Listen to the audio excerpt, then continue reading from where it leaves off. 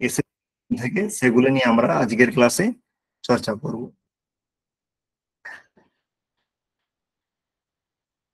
সেখানে আমরা যদি আমাদের যে প্রশ্নগুলি এসেছে সেখান থেকে কোন কোন জায়গা থেকে আমাদের প্রশ্ন এসেছে যদি দেখি, তাহলে আমাদের এইবারের নেট পরীক্ষাতে ব্যাকরণ থেকে 15টি প্রশ্ন এসেছে।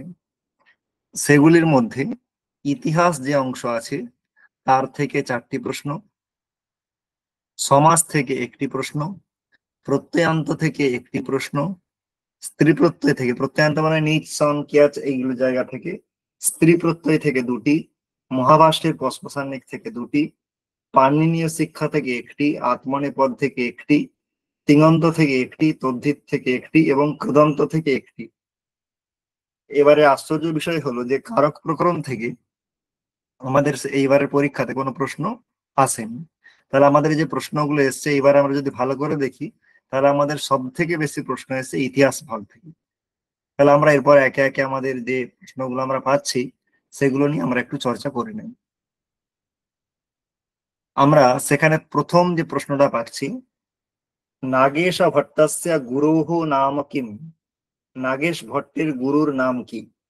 তাহলে সেখানে আমরা 4টে অপশন পেয়েছি, একটা হচ্ছে ভট্টজি দীক্ষিত, ভানুজি দীক্ষিত, হরি দীক্ষিত এবং বাসুদেব দীক্ষিত। তাহলে যদি আমরা একটু ইতিহাসটা একটু ভালো করে খেয়াল করে দেখি, তাহলে আমরা সেখানে দেখব যে নাগেশ ভট্টের গুরুর নাম হলো হরি দীক্ষিত। এখানে বাকি যে ভট্টজি দীক্ষিত আছেন, ভট্টজি দীক্ষিত আমরা জানি সিদ্ধান্ত কৌমুদীর রচয়িতা ভট্টজি দীক্ষিত। ভট্টজি দীক্ষিতেরই মানে বড় ছেলে তিনি হলেন ভানুজি দীক্ষিত, এবং হরি দীক্ষিত তিনি হচ্ছেন তার পুত্র, এবং বাসুদেব দীক্ষিত যিনি আছেন তিনি হচ্ছেন বালর মনোরমা যে ব্যাখ্যা আছে আমাদের সিদ্ধান্ত কৌমুদীর, বাল মনোরমা তত্ত্ববোধিনী খুবই প্রসিদ্ধ ব্যাখ্যা, সেই বাল মনোরমা ব্যাখ্যা রচয়িতা হলেন এই বাসুদেব দীক্ষিত। তার মধ্যে এই আমাদের যে হরি দীক্ষিত আছেন উনি শব্দরত্নের রচয়িতা। শব্দরত্ন মানে ভট্টজি দীক্ষিতের নিজেরই লেখা একটি টিকা আছে সিদ্ধান্ত কৌমুদের উপরে, যে টিকাটির নাম প্রৌঢ় মনোরমা। সেই প্রৌঢ় মনোরমার উপরে হরি দীক্ষিতের আমরা একটি টিকা পাই লঘু শব্দরত্ন বলে, তার রচয়িতা হলেন হরি দীক্ষিত। তাই এই হরি দীক্ষিতই নাগেশ ভট্টের গুরু। এরকমও শোনা যায় যে এই যে লঘু শব্দ রত্ন সেটি নাগেশ নিজেই রচনা করেছিলেন এবং গুরুকে সম্মান জানানোর জন্য সেটি তিনি গুরুর নামে প্রচারিত করেন। তাই সেই লঘু শব্দ রত্নটিও নাগেশ ভট্টের বলেই অনেকে দাবি করে থাকেন, কিন্তু সেটা যাই হোক ইতিহাস গ্রন্থে বা প্রমাণ হিসাবে আমরা হরি দীক্ষিতের নামই পাই। তাই সেই লঘু শব্দ রত্নের রচয়িতা যে হরি দীক্ষিত তিনিই হলেন নাগেশ ভট্টের গুরু। তাহলে এই প্রশ্নটা আমরা ইতিহাস থেকে পাচ্ছি। তারপরে আমরা অব্যয়ী ভাব সমাস প্রকরণ বা সমাস প্রকরণের যে অব্যয়ী ভাব সমাস আছে তার থেকে, সেই অব্যয়ী ভাব সমাস প্রকরণ থেকে একটা সূত্র পেয়েছি, তৃতীয়া সপ্তম্যুর বহুলম। তাহলে তৃতীয়া সপ্তমী এদের কি হয়, তৃতীয়ার সপ্তমীর বহুলম, বহুল শব্দের এখানে বিকল্পে অর্থ, মানে বহুল কি হয়, অম ভাব হয়। অম বলতে সেখানে আমরা যদি একটু খেয়াল করে দেখি অব্যয়ী ভাব সমাসে যেগুলো অকারান্ত শব্দ হয়, যেমন কৃষ্ণস্য সমীপম উপকৃষ্ণম, মদ্রাণাম সমৃদ্ধি সুমদ্রম, যেখানে শেষে অ আছে সেখানে অম আদেশ হয়। তাহলে উপকৃষ্ণম সুমদ্রম এই যে রূপগুলো আমরা পাচ্ছি, তাহলে সেখানে অম অম এরকম হচ্ছে। এই যে আমরা উপকৃষ্ণম অথবা সুমদ্রম ইত্যাদি যে রূপগুলি যে পাই, সেগুলি যদি আমরা একটু ভালো করে খেয়াল করে দেখি, এই রূপগুলি আদতে কি, এই রূপগুলি আদতে একটি দৃষ্টান্ত মাত্র। তার কারণ উপকৃষ্ণম এই যে রূপটি সেটি 7টি বিভক্তিতেই হতে পারে। কেমন, উপকৃষ্ণম প্রথমাতে কেমন হলো, প্রথমার এক বচন দ্বিবচন বহু বচন, উপকৃষ্ণম উপকৃষ্ণম উপকৃষ্ণম। দ্বিতীয়টাও কি হয়, উপকৃষ্ণম উপকৃষ্ণম উপকৃষ্ণম। এরকম কেন হয়, তার পিছনে কারণ হলো যে অব্যয়ীভাব সমাস প্রকরণে যে বিভক্তি হয় সেই অব্যয় থেকে সচরাচর বিভক্তির লুপ হয়ে যায়, মানে বিভক্তির লোপ হয়ে যায় যে কোনো অব্যয়। আর আমরা জানি অব্যয়ীভাব সমাসের ফলে সেটাও কি হয়ে যায়, অব্যয় হয়ে যায়। কিন্তু বলা হয়েছে অকারান্ত যদি কোনো অব্যয়ীভাব সমাস থাকে তাহলে সেটা অব্যয় হওয়া সত্ত্বেও তার থেকে কি হবে না, তার থেকে বিভক্তির লুক হবে না। কারণ একটা সূত্র আছে, নাব্যয়ী ভাবাত অত অন্তু অপঞ্চম্যাহা। সূত্র আছে নাব্যয়ী ভাবাত অত অন্তু অপঞ্চম্যাহা, যে অব্যয়ী ভাব থেকে, কেমন অব্যয়ী ভাব, অতঃ মানে অকারান্ত অব্যয়ী ভাব থেকে, না মানে বিভক্তির লোপ হবে না। অব্যয়ী হওয়া সত্ত্বেও বিভক্তির লোপ হয় না। তার জায়গায় কি হয়, অম আদেশ হয়। কোথায়, অম তু অপঞ্চম্যাহা, মানে পঞ্চমী বাদ দিয়ে বাদ বাকি জায়গায় অম আদেশ হয়ে যায়। তার ফলে সব জায়গায় প্রথমাতেও উপকৃষ্ণম উপকৃষ্ণম উপকৃষ্ণম এরকম রূপ হয়। তেমনই আবার কোথায়, তেমনই আমাদের যে পরবর্তীতে দ্বিতীয়াতে উপকৃষ্ণম উপকৃষ্ণ উপকৃষ্ণম, তৃতীয়াতেও তাই, চতুর্থীতেও তাই। পঞ্চমীতে কিন্তু হয় না। পঞ্চমীতে ফল শব্দের মতো রূপ হয়, কারণ অব্যয়ভাব সমাস নপুংসক লিঙ্গে প্রয়োগ হয়। তাই সেখানে উপকৃষ্ণাৎ উপকৃষ্ণাভ্যাম উপকৃষ্ণেভ্যঃ এরকম রূপ হয়। কেন, তার কারণ ওই যে অমাদেশটা হয়েছে সেটা বলে যে পঞ্চমী বাদ দিয়ে। কারণ সূত্রটা কি, নাব্যয়ী ভাবাত অত অন্ত পঞ্চম্যাহ, নাব্যয়ী ভাবাত অত অম তুয়া পঞ্চম্যাহ। তাহলে সেখানে পঞ্চমী বাদ দিয়ে বাদ বাকি জায়গায় অমাদেশ হয়। তাই পঞ্চমী থাকলে সেখানে অমাদেশ হয় না। সেই রকম তৃতীয়ার সপ্তমীতে যে যে বিকল্পে যাতে হয়, তার জন্য একটা সূত্র নিয়ে আসে, তৃতীয়া সপ্তম্যুর বহুলম। তার ফলে তৃতীয়ার সপ্তমীতেও বিকল্পে অমাদেশ হয়। তাই তৃতীয়াতে উপকৃষ্ণম উপকৃষ্ণম উপকৃষ্ণম এরকম রূপ হয়। তেমনি উপকৃষ্ণেন উপকৃষ্ণাভ্যাম উপকৃষ্ণৈহি ফল শব্দের তৃতীয়ার মতো রূপ হয়। সপ্তমীতেও তাই, সপ্তমীতেও অমাদেশ হলে উপকৃষ্ণম উপকৃষ্ণম উপকৃষ্ণম, আর না হলে যেমন ফলে ফলয়োহ ফলেষু, তেমন উপকৃষ্ণে উপকৃষ্ণয়োহ উপকৃষ্ণেষু। তাহলে সেই সূত্রের দ্বারা বিকল্পে কি হয়, অম ভাব হয়। তাহলে এখানে আমার চারটে অপশন আছে, যে তৃতীয়ার সপ্তমীর অলুক না, তৃতীয়া সপ্তমীর পূর্ব নিপাত না, তৃতীয়া সপ্তমীর লুক না, তৃতীয়ার সপ্তমী বিভক্তির জায়গায় অম ভাব। তাহলে বিকল্প সেখানে কি হয়, অম ভাব হয়। কোন সূত্রের দ্বারা, তৃতীয়া সপ্তমীর বহুলম। তাহলে এটার 4 নম্বর যেটা আছে সেই উত্তরটা আমরা পাবো। তাহলে আগের আগের প্রশ্নে তাহলে সেখানেও, এখানে আমরা দেখলাম 3 নম্বর উত্তর হরি দীক্ষিত, আর এখানে আমরা চতুর্থটা পেলাম, তৃতীয়া সপ্তমীয় অম ভাব। তারপরে কি আসছে, তারপরে আমরা একটা প্রশ্ন পেয়েছি, যে একটা লিস্ট দিয়ে দেওয়া হয়েছে, সেই লিস্টের মধ্যে কার সঙ্গে কোনটা ম্যাচ করবে। তাহলে এটা হচ্ছে প্রত্যয়ান্ত থেকে প্রশ্ন। প্রত্যয়ান্ত বলতে বিশেষ করে নাম ধাতু প্রকরণ থেকে। সেখানে ভৃষায়তে, পটপটায়তে, বিষ্ণুয়তি, সাবয়তি, এই চারটে হচ্ছে আমাদের নাম ধাতু যুক্ত ধাতুর রূপ। এবং যে আমাদের নাম ধাতুর থেকে যে আমাদের প্রত্যয়গুলো হয়, তাহলে সেই নাম ধাতু বলতে ক্যাচ কাম ম্যাচ প্রভৃতি প্রত্যয়ান্ত এই তিঙন্ত রূপ। আর তার পাশে এখানে কোনটাতে কোন প্রত্যয় হয়েছে সেটা আমাদেরকে ম্যাচ করবে। তাহলে আমাদের প্রথমেই আসছে ভৃষায়াতে। তাহলে যদি আমরা একটু খেয়াল করে দেখি যে ভৃষায়াতে এই যে রূপটা হলো, তাহলে ভৃষায়াতে রূপটা হয় কিভাবে। তাহলে ভৃষায়াতে রূপটা ভৃষ শব্দ থেকে ক্যাম প্রত্যয় হয়, অভৃষহ ভৃষহ ভবতি ভৃষায়াতে। যদি নাম ধাতু প্রকরণ দেখা যায়, সেখানে আমরা দেখতে পাবো একটা আমাদের সূত্র আছে, ভৃষাদিভ্যো ভুব্যচ্বের লোপশ্চ হলহ। তাহলে ভৃষাদিভ্যো এই প্রভৃতি সূত্রের দ্বারা সেখানে ক্যাং প্রত্যয় হয়। তাহলে ভৃষায়াতে এখানে কি প্রত্যয় আছে, ক্যাং প্রত্যয় আছে। তাহলে এর সঙ্গে কোনটা ম্যাচ করবে, এর মধ্যে ক্যাং কোথায় আছে, 3 নম্বরে। তাহলে এর 3, তাহলে আমরা প্রথম একটা ম্যাচ করব, তারপরে বাকিটা দেখবো। তাহলে আমার এর 3 কোথায় কোথায় আছে, তাহলে দেখা যাচ্ছে এখানে এর 2, এখানেও এর 2, তার মানে 1 4 বাদ চলে গেল। তাহলে 2 আর 3-এর মধ্যে কেউ একটা হবে, কারণ এখানেও A3 বলেছে, এখানেও A3 বলেছে। বেশ, তারপরে কি আসছে, পটপটায়াতে। তাহলে এই যে পটপটায়াতে, তাহলে এখানে আমাদের কি নাম ধাতু আছে। তাহলে সেখানে একটা সূত্র আছে, লোহিতাদি ডাজভ্যঃ ক্যাশ, লোহিতাদি ডাজভ্যঃ। ডাচ প্রত্যয় যেখানে হয়, সেরকম ডাচ প্রত্যয়ান্ত শব্দ থেকে ক্যাশ প্রত্যয় হয়।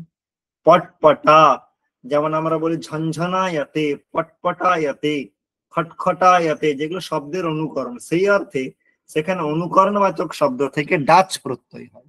তাহলে এখানে পটপট, এখানে যে যেমন পাতার পটপট আওয়াজ করছে বা মটমট আওয়াজ করছে, তাহলে এগুলো শব্দের অনুকরণ, তাই ডাচ প্রত্যয়ন্ত শব্দ পটপটা, তার থেকে কি হয়ে গেছে, ক্যাশ প্রত্যয় হয়ে গেছে। তার ফলে কি রূপ হয়ে যায়, লোহিতাদি রাজভিহা ক্যাশ, এই সূত্র দ্বারা ক্যাশ হয়ে যাওয়ার ফলে এখানে কি হবে, তাহলে ক্যাশ, তাহলে বিয়ের কোনটা হবে, ক্যাশ প্রত্যয় এক, তাহলে বিয়ের এক কোনটা, তাহলে এর তিন বিয়ের এক, তাহলে কোন উত্তরটা হবে, দুইয়েরটা, কারণ এখানে বিয়ের দুই বলেছে। তাহলে সি এর চার মিলিয়ে নেব, সি এর কি আছে, বিষ্ণু ইয়তি ক্যাচ উপমানাদ আচারে, উপমানাদ আচারে, তাহলে যেমন বিষ্ণু ইয়তি দ্বিজম, বিষ্ণু ইয়তি দ্বিজম, এর দ্বারা কি প্রত্যয়, ক্যাচ, তাহলে সি এর চার, আর ডি এর নিচ সাবয়তি, যেমন খাদয়তি গময়তি যেমন হয় সেরকম সাবয়তি, এখানেও নাম ধাতু অর্থে নিচ প্রত্যয় একটা হয়, যেমন সেখানে নিচ প্রত্যয় হয়ে কি রূপ হয়ে গেছে, সাবয়, তাহলে ডি এর দুই, তাহলে পুরোটা কার সঙ্গে ম্যাচ করলো, দুইয়ের সঙ্গে, তাই কোন অ্যান্সারটা হবে, দুইয়েরটা অ্যান্সার হবে। ঠিক আছে, তারপর তারপরে কি আসছে, অধো নির্দিষ্টানি স্ত্রী প্রত্যয় প্রকরণ সূত্রাণি লঘু সিদ্ধান্ত কৌমুদ্দি অনুসারেণ যথাক্রমম ব্যবস্থাপয়তঃ। তাহলে সেখানে বলছে আহ বয়াসী প্রথমে, তাহলে এখানে এই যে আমাদের যে প্রশ্ন পাচ্ছি ব্যবস্থাপয়তঃ, তাহলে এখানে আদতে মানে ব্যবস্থাপয়তা বিসর্গের দরকার নেই, এখানে যা হোক দিয়েছে কেন জানি না, কেন্দ্রীয় বিসর্গ হবে না, যথাক্রমম ব্যবস্থাপয়তা, তাহলে সেখানে কি কি আছে, বয়সী প্রথমে ন ক্রোড়াদি বহুবচঃ পুংয়োগাদাখ্যায়াম উগিতশ্চ, তাহলে আমরা যদি লঘু সিদ্ধান্ত কৌমুদীর যদি ক্রমটা ধরি, তাহলে সেইখানে কোন ক্রমে আমাদের স্ত্রী প্রত্যয় গুলো বলা আছে, তাহলে আমরা দেখতে পাবো প্রথমে অজাদ্যত টাপ দিয়ে টাপ শুরু হয়েছে, তারপরে উগিতাশ্চ দিয়ে গিপ, তারপরে আমাদের গিস প্রত্যয়, তারপরে উং প্রত্যয়, তারপরে ঘিন প্রত্যয়, তারপরে তি প্রত্যয়। ফ প্রত্যয়টি গিপের মাঝেই, সেখানে ওই যেমন আমাদের গার্গায়নি এই রূপটি করার জন্য সেখানে ফটা আনা হয়েছে, শীত গৌরাদিভ্যাসরা গিপের মাঝেই আনা হয়েছে, তাহলে এই ফটা আমাদের একটু কি করে দেয়, গোলমাল করে দেয়, বাদ বাকি গুলো কিন্তু সহজে বোঝা যাবে, কিন্তু এখানে কনফিউশন যেটা করে সেটা যে প্রাচাম স্ফ তদ্ধিত হয় এই জায়গাটা, তাহলে প্রথমে টাপ, তাহলে এর মধ্যে টাপের কোনো সূত্র নেই, তাহলে তারপরে কে থাকবে, গিপ, তাহলে গিপের সূত্র কে আছে, উগিতশ্চ, তাহলে প্রথম কোনটা থাকবে, ই থাকবে, তাহলে এখানে এক দুই তিন চার, এর মধ্যে ই কোনটাই আছে, একেও ই আছে, দুইয়েও ই আছে, তার মানে হলে এক, তাহলে দু নম্বরে আসবে। তারপরে আমরা দেখতে হবে যে তারপরে, তাহলে এবার আমাদের গিপ প্রত্যয় আছে, তারপরে তার গিস প্রত্যয় আছে, কিন্তু এখানে গিস প্রত্যয়ের আগে ফ প্রত্যয় আমাদের একটা আসছে, তাহলে প্রাচাম উগিতাশ্চ হওয়ার পরে প্রাচাম স্ফ তদ্ধিতঃ, এই স্ফ প্রত্যয় আছে, তারপরে আবার ঘুরে বয়সী প্রথমে দিয়ে গিপ প্রত্যয় আসে, তাই এখানে প্রথমে ই হবে, তারপরে ডি হবে, তারপরে এ হবে, তাহলে এখানে দেখো ই ডি এ, এখানে ই সি এ বলেছে, তাহলে সি মানে পুংযোগাদাখ্যায়াম, এটা তো অনেক পরে আছে, তার কারণে এখন বয়সী প্রথমে বলা হয়নি, তারপরে প্রাচাম স্ফত দিতে বলা হয়নি, তাই এটা কোনোভাবেই হবে না, আর এই দুটো তো ই নেই, তাই এখানেও হওয়ার নেই, তাহলে E D A C B, তাহলে ই হচ্ছে আমাদের কি উগিতাসটা, এটা প্রথম আছে, তারপরে আমাদের তাহলে ই এটার মধ্যে ম্যাচ করে গেল, এখানে সি আর ডি, যদি এখানে যদি আমরা পুরোটা নাও জানি, তাহলে পুংযোগাদ আখ্যায় আমার প্রাচাম স্ফত দিতে হয়, এখানে মানে কোয়েশ্চেন বা ডাউট হতে পারে, তাহলে এখানে সি আর ডি, এটা আমরা কনফিউশনে থাকলাম, তাই দুটোই হতে পারে ধরে এগোলাম, তারপরে তিন দুটোতেই কি আছে, এ আছে, তাহলে এ মানে কি বয়সী প্রথম, বেশ তাহলে ঠিক আছে, কিন্তু এইখানে এই যে পুংযোগাদ আখ্যায়াম যেটা আমাদের আছে, সেইটা আমাদের যেহেতু গিস প্রত্যয়, আর বয়সী প্রথম, এটা যেহেতু গিপ প্রত্যয়, আগে কি আছে, গিপ প্রত্যয় আছে, তাহলে এটা কি হবে, আগে হবে কার, সি এর আগে হবে, তাহলে যদি আমার সি এর আগে যদি এ হয়, তাহলে এদের মধ্যে কোনটাতে সি এর আগে এ আছে, এইটাতে আছে, তাই দুই একটা অ্যান্সার হয়ে যাবে, তাই যদি আমি ডিরেক্ট আমি নাও জানি, এইভাবে অ্যানালাইসিস করেও কিন্তু আমরা উত্তরটা বার করতে পারি। ঠিক আছে, তাহলে সেখানে যখন আমরা বই দেখবো তখন তো সহজেই তো জেনে যাবো যে কোনটা কার পরে আছে না আছে। যদি কোনো কারণে আমাদের নাও জানা থাকে তবু আমরা যে প্রত্যেক ক্রমটা যখন আমরা পড়ি সেই ক্রম ধরেই আমাদের সূত্রগুলো পড়া হয়। তাই এইভাবে মাথায় রাখলে কিন্তু প্রতিটা সূত্র না জানলেও এটা নির্ণয় করা সম্ভব। তাহলে এখানে আমাদের এই প্রশ্নের উত্তর কি হচ্ছে? E D A C B.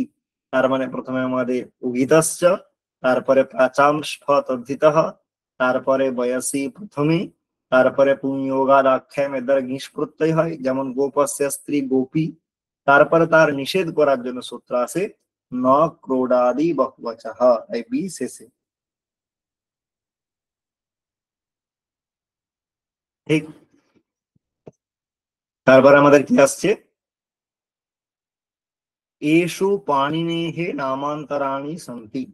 তাহলে এটাও ইতিহাস থেকে, এখানে বিশেষ ব্যাখ্যা খুব বেশি নেই, তবুও যেরকম আছে দুটো আমাদের চারটি নাম পাচ্ছি, শালা তুরিয়ঃ, গণিকা সুতঃ, শালঙ্কিহি ফণিভৃৎ। তাহলে এখানে যদি আমরা অপশন দেখি তাহলে যে কোনো দুটি হবে পাণিনির নাম। তাহলে যেই দুটি পাণিনির নাম যদি ডিরেক্ট জানি তাহলে সেই দুটি পাণিনি বেছে নেবো, আর যদি না জানি তাহলে বাকি দুটি বাদ দিলেও কোন দুটি পাণিনির নাম আমরা জেনে যাবো। তাহলে পাণিনির অপর নাম হচ্ছে শালাতুরিয়াহ, শালাতুরে জন্মেছিলেন বলে, এবং সালঙ্কি বলে ডাকা হয় কাকে? পাণিনিকে। তাহলে গণিকা সুতার ফণিভৃৎ, ফণিভৃৎ মানে ফণি মানে ওই যে আমাদের বাসুকি। তাহলে সে যার ফণা আছে, তাহলে বাসুকিকে যিনি ধারণ করে থাকেন, তাহলে ফণিভৃৎ মানে হচ্ছে আমাদের পতঞ্জলি। আর গণিকা সুতহ পতঞ্জলি। তাহলে এখানে পাণিনি জিজ্ঞাসা করেছে, তার মানে বি আর ডি হবে না, তাহলে এ আর সি। তাহলে এ সি কেবলম, তাহলে কোন নম্বর অ্যান্সারটা হবে? দুই এরটা, এ আর সি। ঠিক। তাহলে এখানে পাণিনির নামান্তর হচ্ছে সালাতুরীয় এবং সালঙ্কি।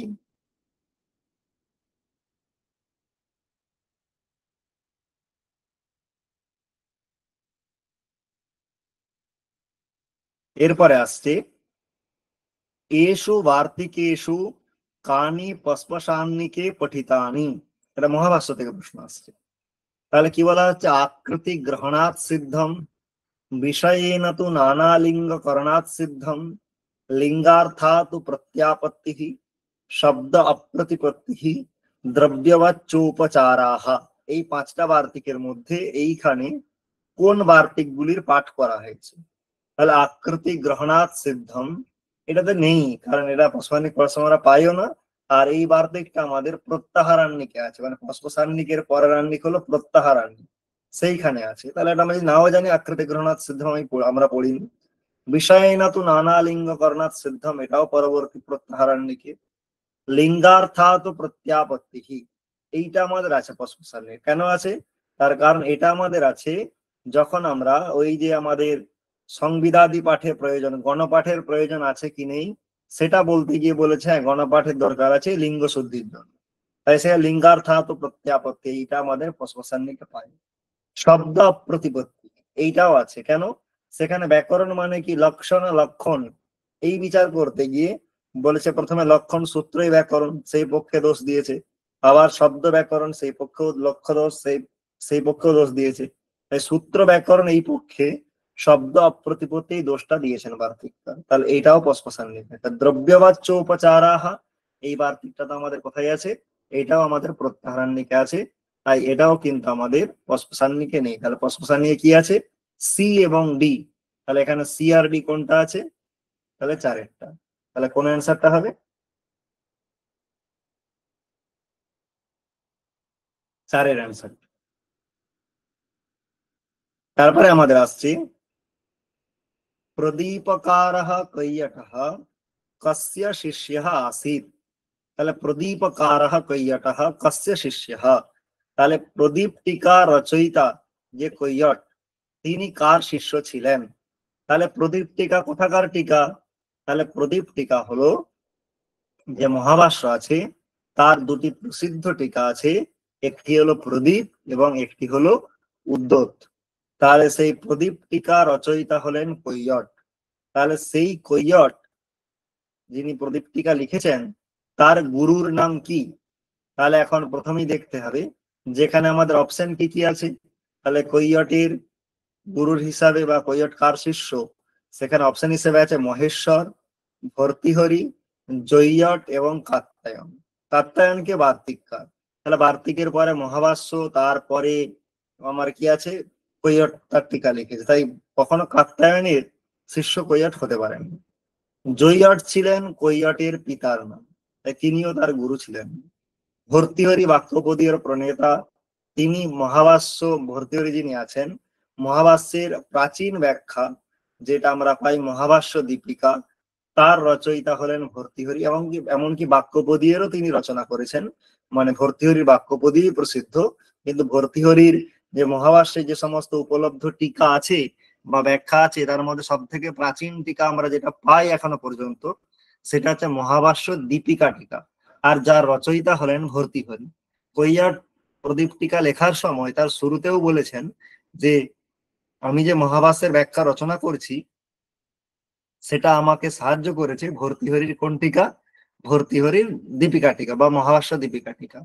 তা সত্ত্বেও ভর্তৃহরি কিন্তু মানে কৈয়াটের সাক্ষাৎ গুরু ছিলেন।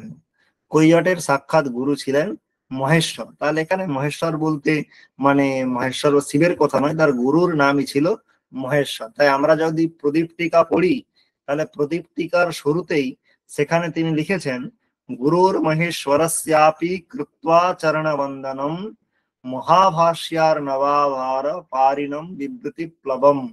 এইটা বলে তিনি সেখানে গুরুর মহেশ্বরস্যাপি কৃত্বা চরণ বন্দনম, তাহলে গুরু যে মহেশ্বর তার চরণ বন্দন করে, তাহলে এর দ্বারা আমরা জানতে পারি যে ওনার গুরুর নাম কি ছিল, মহেশ্বর ছিল।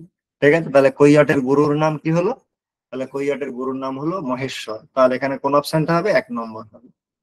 তারপরে কি আসছে, आत्मा बुद्ध्या समेत्यर्थान मनोयुंक्ते विवक्षया मन कायाग्निमाहन्ति स प्रेरयति मारुतम। अयं श्लोकः कस्माद् ग्रन्थाद् उद्धृतः, महाभाष्यात् ऋक् प्रातिशाख्यात् वाक्यपदीयात् পানিনীয় শিক্ষাতঃ। তাহলে এই শ্লোকটি কোথায় আছে, আমাদের পানিনীয় শিক্ষা। পানিনীয় শিক্ষার প্রথমের দিকেই প্রায় মনে হয় 6 নম্বর বা 7 নম্বরই সম্ভবত শ্লোক হবে কোনটা, আত্মা বুদ্ধিয়া সমেত্যর্থান। আর এই যে আমাদের কারিকাটি বা শ্লোকটি যে পাই সেটা কোথায়, যে পানিনীয় শিক্ষাতে। তাই এটি পানিনীয় শিক্ষা থেকে একটি প্রশ্ন দেওয়া হয়েছে। তাই আত্মা বুদ্ধিয়া সমেত্যর্থান এই কারিকাটি আমরা কোথায় পাই, পানিনীয় শিক্ষাতে পাই। তারপরে কি আসছে, গন্ধন অবক্ষেপণ সেবন সাহসিক্য প্রতিয়ত্ন প্রকথন উপযোগেষু ক্রিয়ঃ ইতি সূত্রে অবক্ষেপণম ইত্যস্য কः অর্থः। তাহলে গন্ধন অবক্ষেপণ সেবন সাহসিক্য প্রতিয়ত্ন প্রকথন উপযোগ অর্থে কৃ ধাতুর আত্মনেপদ হয়। এই সূত্রটি আত্মনেপদ প্রকরণ থেকে নেওয়া হয়েছে। সেই সূত্রের যদি বৃত্তিটা আমরা দেখি, গন্ধন অবক্ষেপণ যে সূত্রটি আমাদের আছে সিদ্ধান্ত কৌমুদীতে, তার বৃত্তিতেই সিদ্ধান্ত কৌমুদিকার মানে আমাদের ভট্টাচার্য দীক্ষিত তিনি কি করেছেন, প্রতিটি পদের অর্থ তিনি সেখানেই ব্যাখ্যা করেছেন। সেখানে তিনি লিখেছেন গন্ধনম হিংসা, তাহলে গন্ধন শব্দের অর্থ হচ্ছে হিংসা। এখানে কার অর্থ জিজ্ঞাসা করছে, অবক্ষেপণ। তাহলে এখানে হিংসা তো গন্ধন শব্দের অর্থ, তাহলে এখানে 2 নম্বর অপশনটা হবে না। তাহলে অবক্ষেপণ শব্দের কি অর্থ, তাহলে ওখানে তিনি বলছেন অবক্ষেপণম ভর্ৎসনম, অবক্ষেপণম ভর্ৎসনম। তাহলে সেটা কত নম্বর অপশন, 4 নম্বর। তাহলে এখানে কোন অ্যান্সারটা হবে, 4 নম্বর অপশনটা আমাদের হবে। তাছাড়া আমাদের দুটো অর্থ রয়ে গেল, একটা প্রেরণম আর একটা কি নিন্দা। তাহলে সেখানে আমাদের প্রেরণ তো নিচ এই অর্থে হয়, কি অর্থে হয়, নিচ মানে নিচ প্রত্যয় যে হয়, যেমন গচ্ছতি মানে যায়, গময়তি মানে পাঠানো, পশ্যতি মানে দেখছে, আর দর্শয়তি মানে দেখাচ্ছে। তাহলে এটা হচ্ছে প্রেরণ অর্থে। আর নিন্দা, তাহলে নিন্দা অর্থে তো এখানে আমাদের কোনো কিছু মানে আত্মনেপদের কোনো গল্প নেই, তাহলে নিন্দাটাও হবে না। তাই আমাদের আলটিমেটলি অবক্ষেপণম হিংসা বা অবক্ষেপণম ভর্ৎসনম যে দীক্ষিত বলেছেন তারই আমাদের এখান থেকে নিয়ে নেব। তাহলে অবক্ষেপণ শব্দের অর্থ হলো ভর্ৎসনম।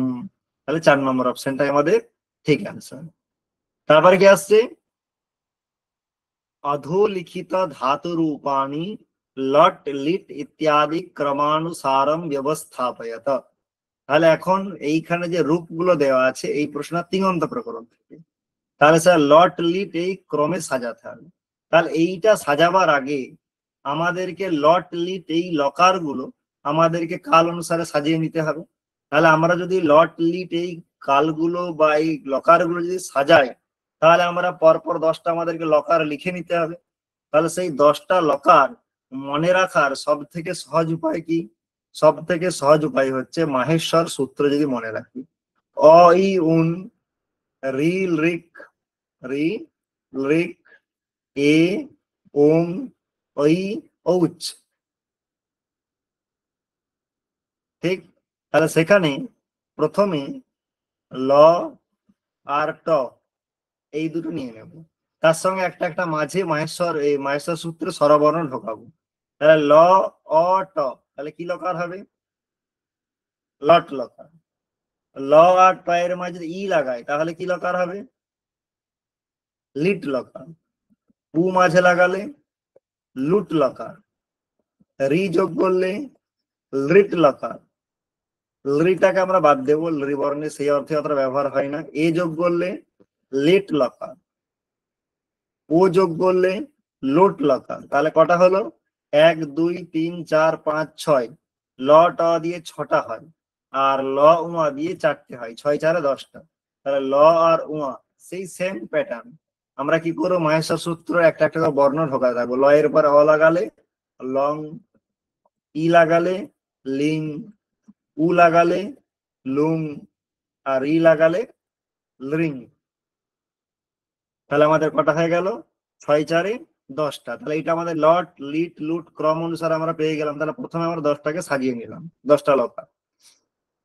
এবার এই লকারের মধ্যে আমরা লেট লকার যেটা, সেটা আমরা কোথায় দেখি? শুধুমাত্র বেদে দেখি। কোথায় দেখি? শুধুমাত্র বেদে দেখা যায়। তাহলে লোকে থাকে না। তাহলে লোকে কি 9টা লকার? তাহলে লোকে 9টা লকার। তাহলে 9টা লকার হলে আমরা এখানেও 10টা লকার কেন পাই? তার কারণ সেখানে লিঙ্গটা আবার বিধি অর্থে হলে তাকে বিধিলিঙ্গ বলে, আর আশীর্বাদ অর্থে হলে তাকে আশীর্লিঙ্গ বলে। তাই বিধি অর্থে হলে তাকে আবার বিধিলিঙ্গ আর আশীর্লিঙ্গ ভাগে ভাগ করে দেওয়া হয় বলে সেখানে আমার দেখে মনে হয় লোকেও 10টা লকার, আদতে লোকে 9টা লকার। সেখানে বিধি আর আশীর লিঙ্গ একটাই, সেখানে বিধি অর্থে হলে তাকে বিধিলিঙ্গ আর আশীর্বাদ অর্থে হলে আশীর্লিঙ্গ। তাহলে এরপরে আমরা ক্রমানুসারে সাজাবো। তাহলে আমাদের প্রথমে আসছে ওই ধাতা। তাহলে এই যে ওই ধাতা রূপটি আছে, তাহলে ওই ধাতা রূপটা কোথাকার রূপ? তাহলে ওই ধাতা রূপটি হচ্ছে এর ধাতুর কোথাকার রূপ? লং লকার, প্রথম পুরুষ, এক বচন। ঠিক? তারপরে আমাদের কি আসছে? দেবিতা। তাহলে দেবিতা আমাদের দীপ ধাতুর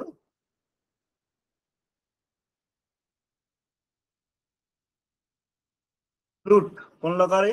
লুট লকার। তারপরে কি আসছে? এ ধেতা।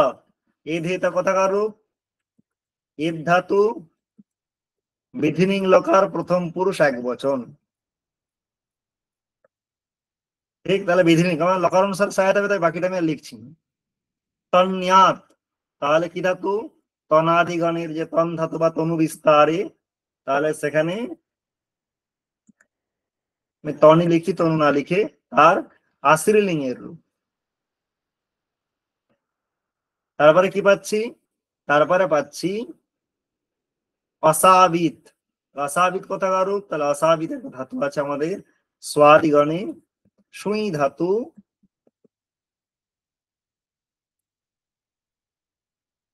তার লুং লকারের রূপ। ঠিক? তাহলে এটা হলো অস্বাভাবিক। তাহলে আমরা 5টা দেখো আমরা এখানে নির্ণয় করে নিয়েছি। তাহলে প্রথমে আমরা পেয়েছি লং, তারপরে লুট, তারপরে বিধিলিং, তারপরে আশ্রীলিং, তারপরে লুং। তাহলে প্রথমে দেখো ট লকার গুলো প্রথমে এসছে। তাহলে লং, বিধিলিং, আশ্রীলিং, লুং এর মধ্যে কোন লকারটা? তাহলে ট কোনটা আছে? এটা। তাহলে লুট প্রথমে আছে। প্রথমে কি আছে? লুট। প্রথমেই লুট যাবে, কারণ লুট লকার তো আগে আছে, তারপরে তো মা দিয়ে। তাহলে এর মধ্যে তাহলে যদি আমি দেখি দেবিতা কত নাম্বারে আছে? বিতে আছে। তাহলে এই বিটা কোথাকার রূপ? তাহলে বিটা যদি একে থাকে তাহলে সেটা আমরা দেখবো। তাহলে বি এখানে 1টা 2টো 3টে 4টে, তার মানে বি প্রথমে কোনটায় আছে? 3 আর 4। তার মানে 1 আর 2 হবে না, এটা শিওর। আর লুট লকার প্রথমে হবে, তাহলে হলে 3 হবে, না হলে 4 হবে। ঠিক? তারপরে কোনটা হবে? তারপরে কি আছে লুটের পরে? লং, বিধিলিং, আশির্লিং, লুং, মানে লং আর এই দুটো লিং, লিং এর মধ্যে বিধি আগে হবে, আশীর্বাদ পরে হবে, আর লুং তো পরে আসছে। অ ই উ, তাহলে হবে বি আগে, এ, তাহলে বি এ সি, কারণ লুট আগে আসছে আর লং দেখা এখানে আগে আছে। তারপরে আমাদের কি আছে, তারপরে আমাদের লিং, লিং এর মধ্যে বিধিটা আগে, তাহলে আমাদের বি এ সি। তাহলে দেখা যাক বি এ সি কোনটায় আছে, তাহলে বি এ সি, তাহলে চারেরটা হবে। তাহলে তারপরে ডি, তারপরে ই, তারপরে ডি, তারপরে ই, তাহলে ডি কোনটা, আসির লিং, তারপরে এই লুং লকার, লিং এর পরে লুং লকার, তাহলে এইটাই আমাদের অ্যান্সার হবে। কোনটা হবে, 4 নম্বরটা, B A C D E. তাহলে তার কারণ আমরা দেখতে পাচ্ছি এ ধেয়তা, এখানে আমার যে দেবিতা আছে এটা তোমার লুট লকার আছে, তারপরে আমরা কাকে পেলাম, তারপরে আমরা লংকে পেলাম, তারপরে আমরা বিধিলিংকে, তারপরে আসিরিলিং, তারপরে হচ্ছে আমাদের লুং লকার। তাহলে আমাদের কত নম্বর হচ্ছে, 4-এরটা অ্যান্সার হচ্ছে। তারপরে আমরা কি পাচ্ছি, উদাহরণম প্রত্যুদাহরণম বাক্যাধ্যাহারः ইত্যেতৎ সমুদিতম ব্যাখ্যানম ভবতি। ব্যাখ্যানস্য এতৎ নির্বচনম কেন কৃতম। তাহলে উদাহরণম প্রত্যুদাহরণম বাক্যাধ্যাহারः ইত্যেতৎ সমুদিতম ব্যাখ্যানম ভবতি। তাহলে এই প্রশ্নটাও আমাদের পস্পসান্নিক থেকে আসে। কেন, সেইখানে বলা হয়েছিল যে পস্পসান্নিকের প্রসঙ্গে এসে যে ব্যাকরণ কাকে বলে, তাহলে সেখানে বার্তিকার উত্তর দিয়েছিলেন লক্ষ্য লক্ষণী ব্যাকরণম, যে লক্ষ্য এবং লক্ষণ ব্যাকরণ। তাহলে সেখানে একটা পক্ষ বলা হয়েছিল যে লক্ষণই ব্যাকরণ, লক্ষণ মানে সূত্রই ব্যাকরণ। তখন সেখানে এক মানে আক্ষেপ করেছিলেন পূর্বপক্ষী যে সূত্রই যদি ব্যাকরণ হয় তাহলে সূত্রের দ্বারা কি করা হয়, তাহলে সূত্রের দ্বারা শব্দের কি করা হয়, ব্যাখ্যা করা হয়। তাহলে সূত্রই যদি আসে তাহলে সেইখানে যে আমাদের বাদবাকি যে শব্দগুলি আছে তাহলে তারা ব্যাকরণের অংশ হবে না, হবে না। কারণ তারা তো আর সূত্র নয়। যেমন আমরা যদি দেখি যে মানে আমাদের ইকোই আনাচি, তার উদাহরণ কি দেওয়া হচ্ছে, তার উদাহরণ ধরে নাও, যে কোনো উদাহরণ নিয়ে নাও, সুধিযুক্ত উপাস্য, শুদ্ধি উপাস্য, তাহলে ইকোই আনাচি এটা ব্যাকরণ হবে, শুদ্ধি উপাস্য এটা ব্যাকরণ হবে না। অথবা তার যে বৃত্তি, তাহলে সেটা কি হবে না, ব্যাকরণ হবে না। কেন, তাহলে কারণ সেখানে বলা হচ্ছে সূত্রই ব্যাকরণ। কি বলা হয়েছিল, সূত্রই ব্যাকরণ। তাহলে সেইখানে বলেছিল যে সূত্রই যদি ব্যাকরণ হয় তাহলে সেখান থেকে কিভাবে অর্থের বোধ হয়, তাহলে সেখানে তার জন্য বলা হয়েছিল ব্যাখ্যার থেকে। তাহলে বলা হয় যদি ব্যাখ্যা হয় তাহলে ব্যাখ্যা কাকে বলে, সেই প্রসঙ্গ অনুসারে সেখানে পতঞ্জলি বলেছিলেন যে ব্যাখ্যা বলতে উদাহরণ, প্রত্যুদাহরণ, বাক্যাধ্যাহার ইত্যেতৎ সমুদিতম, তার মানে যে কোনো সূত্র তার কি উদাহরণ হবে, সেইখানে সেই পদটা, যে সূত্রে যে পদগুলো আছে, যেমন ইকো ইয়ানাচি, ইকের পরে অচ থাকলে তবেই জন হয়। তাহলে এখানে অচি এই পদটা কেন গ্রহণ করা হলো, যদি না গ্রহণ করা তাহলে ইকের পরে যে কোনো থাকলে তার জায়গায় ইয়ান হয়ে যায়। তখন আর একটা উদাহরণ দেখানো হয় যে অচি এই পদটা কেন গ্রহণ করা হলো, না হলে কোথায় সমস্যা, তাহলে সেটা হচ্ছে প্রত্যুদাহরণ।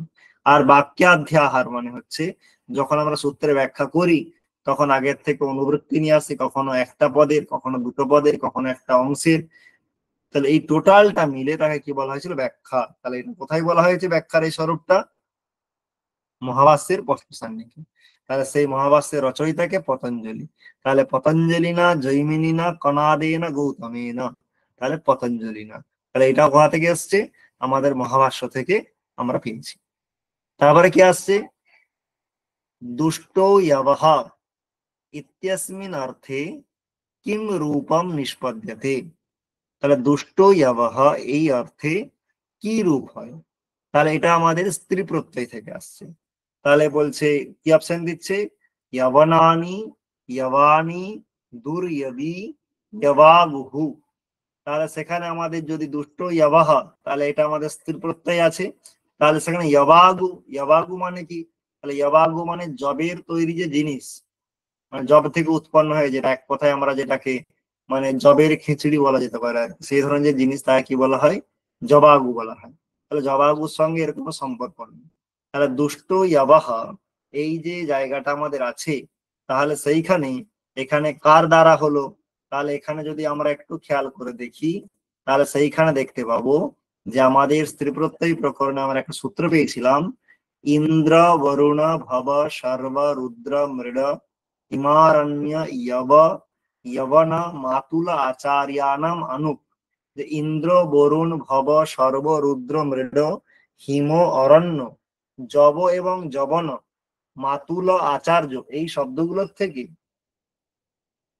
গীষ প্রত্যয় হয় আর তার সঙ্গে আনুক আগম হয়। ওর জন্য ইন্দ্র থেকে কি রূপ হয়ে যায়? ইন্দ্রাণী। ভব থেকে কি রূপ হয়ে যায়? ভবানী। তাহলে সেখানে ইন্দ্রের স্ত্রী এই অর্থে ইন্দ্রাণী, ভবের স্ত্রী ভবানী, তেমনি জবের স্ত্রী জবানী এরকম হওয়া উচিত ছিল। তাহলে সেইখানে তাহলে জবের স্ত্রী এইরকম অর্থ না হয়ে সেখানে অর্থ বিশেষ বোঝানোর জন্য সেখানে বার্তিক এনেছিলেন কে? কাত্যায়নের কতকগুলি বার্তিকের উল্লেখ করেছেন সিদ্ধান্ত কৌমুদী বা লঘু সিদ্ধান্ত কৌমুদীতে। সেখানে কি বলা হয়েছে? সেখানে বলা হয়েছে যে হিম আর অরণ্য তাদের থেকে নিষ্প্রত্যয় হয় হিমারণ্যয়ুর মহত্বে। হিমারণ্যয়ুর মহত্বে তার মানে হচ্ছে যে হিম এবং অরণ্য এইগুলির থেকে আমাদের যদি নিষ্প্রত্যয় হয় তাহলে সেখানে মহৎ অর্থে হবে। কি অর্থে হবে? মহৎ অর্থে। হিমারণ্যয়ুর মহত্বে, তাহলে মহৎ হিমম হিমানি। তাহলে এখানে হিমানি শব্দের মানে কিন্তু যে হিমস্য স্ত্রী হিমানি এরকম নয়। যেমন আমাদের ইন্দ্রস্য স্ত্রী ইন্দ্রাণী, তেমন হিমস্য স্ত্রী হিমানি নয়। কারণ বলেই দিয়েছে যে মহত্ব অর্থে, মহৎ মানে অনেক বড়। তাহলে বড় যে হিম মানে একটা বেশ বরফের চাই, তাকে কি বলা হয়? হিমানি। তারপরে কি বলা যায়? অরণ্যের ক্ষেত্রেও তাই, অরণ্যের স্ত্রী অরণ্যানি নয়। তাহলে সেখানে মহৎ অরণ্য মানে বেশ অনেক বড় অরণ্য, তাকে কি বলা হয়? অরণ্যানি। তেমনি সেখানে আরো বার্তিক আনা হয়েছিল জব শব্দ হিম অরণ্য ইয়বা দোষে। তাহলে জব শব্দ থেকে দোষ অর্থে, ওর জন্য বলা যায় দুষ্টহ ইয়বাহ ইয়বানি। তাহলে দুষ্ট জব কি? ইয়বানি। তাহলে এইখানে এই যে দুষ্টহ ইয়বাহ ইয়বানি, এখানে কিন্তু ইয়বানি মানে ইয়বস্য স্ত্রী এরকম অর্থ নয়, দুষ্টহ ইয়বাহ এরকম রূপ। তাহলে এখানে কোনটা হবে? ইয়বানি হবে, 2 নম্বরটা হবে। 1 নম্বরটা হলো না কেন? তার কারণ ইয়বনানি তো ইয়বনা শব্দ থেকে হয়। আরেকটা সেখানে বার্তিক আছে ইয়বনাত লিপ্যাম, লিপি অর্থে হয়। ইয়বনানাম লিপিহি ইয়বন আনুক হলে ইয়বনান, গীষ হলে ইয়বনানি। তাহলে এখানে ইয়বনানিতে জবনদের লিপি এই অর্থে হয়। তাহলে ইয়বনা শব্দ থেকে ইয়বনানি আর জব থেকে জবানি ইয়বানি। তাহলে এখানে দুটা হয় ইয়বাহ ইয়বানি। এইবার এই সূত্রটা এর জন্য বিখ্যাত যে স্ত্রী প্রত্যয়ের মধ্যে হয়েও এখানে স্ত্রী অর্থে স্ত্রী প্রত্যয় হয় না, কিন্তু হিম আর অরণ্য শব্দ থেকে মহৎ অর্থে হয়, ইয়ব শব্দ থেকে দোষ অর্থে হয়, আর ইয়বন শব্দ থেকে লিপি অর্থে হয়। তার ফলে কি হয়ে যায়? ইয়বনানাম লিপিহি ইয়বনানি। তারপরে আমাদের কি আসছে? স্যার 1 মিনিট একটু জিজ্ঞাসা করছি। হ্যাঁ স্যার বলো। যবনের স্ত্রী স্ত্রী, কিন্তু এখানে বলছে দুষ্ট জবনা, স্যার কি জানা আছে? হ্যাঁ, দুষ্ট ইয়বহ মানে খারাপ জব। দুষ্ট এখানে ইন্দ্রস্য স্ত্রী ইন্দ্রাণী যেমন হয়, ইয়বস্য স্ত্রী ইয়বানি এই অর্থে এখানে আনুক বা গীষ প্রত্যয় হলো না। কিন্তু এখানে অন্য অর্থের প্রতিপাদনের জন্য, যেটা দুষ্ট জব এই অর্থ প্রতিপাদন করার জন্য ইয়বানি শব্দের ব্যবহার করা হয়। মানে ইয়ব শব্দ থেকে আনুক এবং নিষাগম হয় দুষ্ট অর্থে, স্ত্রী অর্থে নয়। এর জন্য নরমালি স্ত্রী প্রত্যয় হওয়ার জন্য স্ত্রী অর্থেই হবে। তাই সেখানে বিশেষ বার্তিক আনা হয়েছে ইয়বা দোষে, দোষ অর্থে। দোষ মানে ওই দুষ্টা হয় এই অর্থে, চব শব্দ থেকে স্ত্রী প্রত্যয় হয়। তার ফলে এখানে ইয়বানি এই রূপটা হয়ে যায়। তাই এখানে দুষ্টা হয় ইয়বাহ, এখানে আমার অ্যান্সার হয়ে যাবে ইয়বানি। স্যার প্লেন প্লেন জবনের স্ত্রী জবানি তো হবে স্যার। কি কি? যদি জবনের স্ত্রী জবানি হয়, কিন্তু দুষ্ট জবের স্ত্রী সেক্ষেত্রেও জবানি হবে স্যার। না, সেক্ষেত্রে তো যদি আমার দুষ্টহ ইয়াবহ, তাহলে জব মানে কি? জব মানে গম জব, তার কি স্ত্রী এ অর্থে হয়? মানে জবের স্ত্রী এরকম কি হবে? মানে গম মানে ওকে কি স্যার, স্ত্রী? বুঝতে এটা পারলাম। তো খাদ্যশস্য, ঠিক আছে? তাহলে ইয়াবানানাম লিপিহি ইয়াবানানি, তাহলে সেখানে যদি যবন যদি বলা হয় তার স্ত্রী, তাহলে সেখানে যবনই হবে, যবনানি হবে না। ঠিক আছে, যবনাস্য স্ত্রী, যবন মানে ইসলামপন্থী যারা, তাদেরকে বলা হয় যবনা। তাহলে এখানে যবনী এরকম যবনানি হবে না। যবনানি মানে হচ্ছে যবনের স্ত্রী নয়, কিন্তু যবনানাম লিপিহি, যবনানাম লিপিহি যবনানি, ঠিক আছে?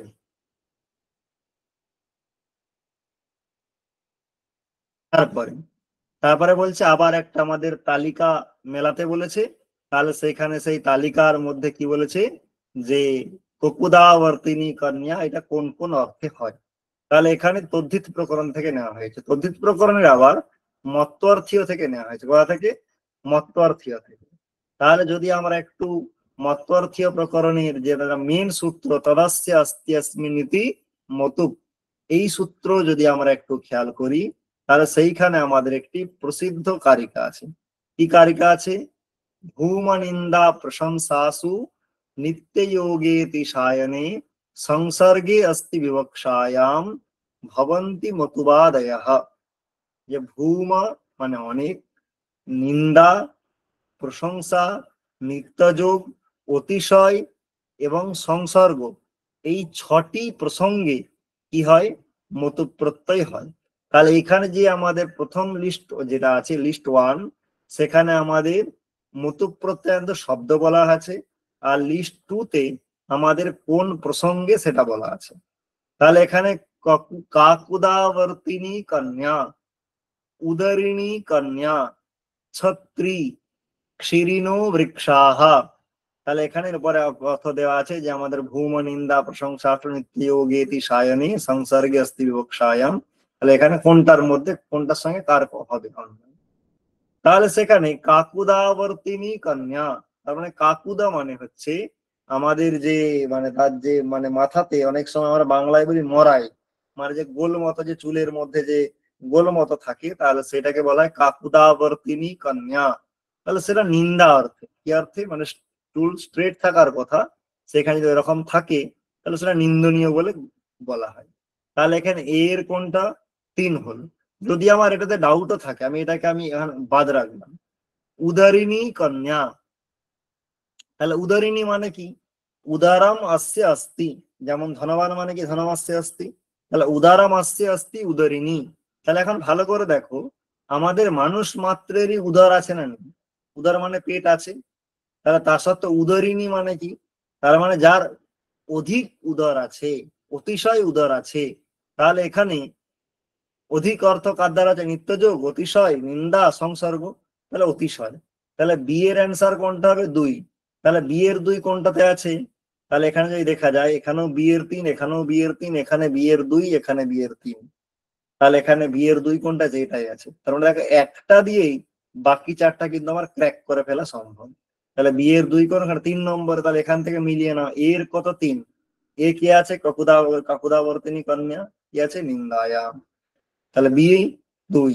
তারপর বাকিগুলো সি চার, সি কে ছত্রী, সংসর্গে। তাহলে ছাতা যার আছে, তাহলে ছাতার সঙ্গে পুরুষের আমাদের সংযোগ সম্বন্ধ হয়। তাহলে ছত্রী মানে ছাতা যার আছে, তাহলে ছত্রী সংসর্গে। আর ক্ষীরিণো বিক্ষাহা, ডি এর দাগের দুই। যদি এখানে দেখো কোয়েশ্চেনে ভুল আছে। কেন ভুল আছে? এখানে এ এর তিন, বি এর দুই, সি এর চার, ডি এর এক হওয়া উচিত ছিল। এখানে দেখো দুইটা রিপিট হয়ে গেছে। দুইটা কি হয়ে গেছে? রিপিট হয়ে গেছে। তাই এখানে এক অপশনই নেই। তাহলে এটা আসলে ডি এর কি হবে? ডি এর এক হবে। তাহলে ডি এর ক্ষীরিণো বৃক্ষাহা, এখানে নিত্য যোগে। তাহলে ক্ষীরিণো বৃক্ষাহা, তাহলে ক্ষীরিণো বৃক্ষাহা এই যে আমাদের আছে, তাহলে সেখানে ক্ষীরিণো, এখানে ক্ষীরি। ক্ষীরি মানে কি? ক্ষীর মানে আঠা। যেমন আকন্দ গাছ, তাহলে আকন্দ গাছকে কি বলা হয়? ক্ষীরিণাহ বা ক্ষীরি। এক বচন হলে ক্ষীরি, আর বহু বচন হলে ক্ষীরিণাহ। যেমন গুণী, গুণিনো, গুণিনাহ। তার মানে ক্ষীরি, ক্ষীরিণো, ক্ষীরিণাহ। তাহলে সেখানে ক্ষীরি মানে কি, যার ক্ষীর সবসময় থাকে, আঠা সবসময় থাকে, তাহলে সেটা সবসময় বলতে নিত্য, তাহলে নিত্য যোগ, তাহলে ডি এর 1, তাহলে এ এর 3, বি এর 2, সি এর 4, ডি এর 1। তাহলে এখানে আমার এটা কিন্তু ভুল আছে, এখানে ডি এর 1 হবে। ঠিক আছে, তারপরে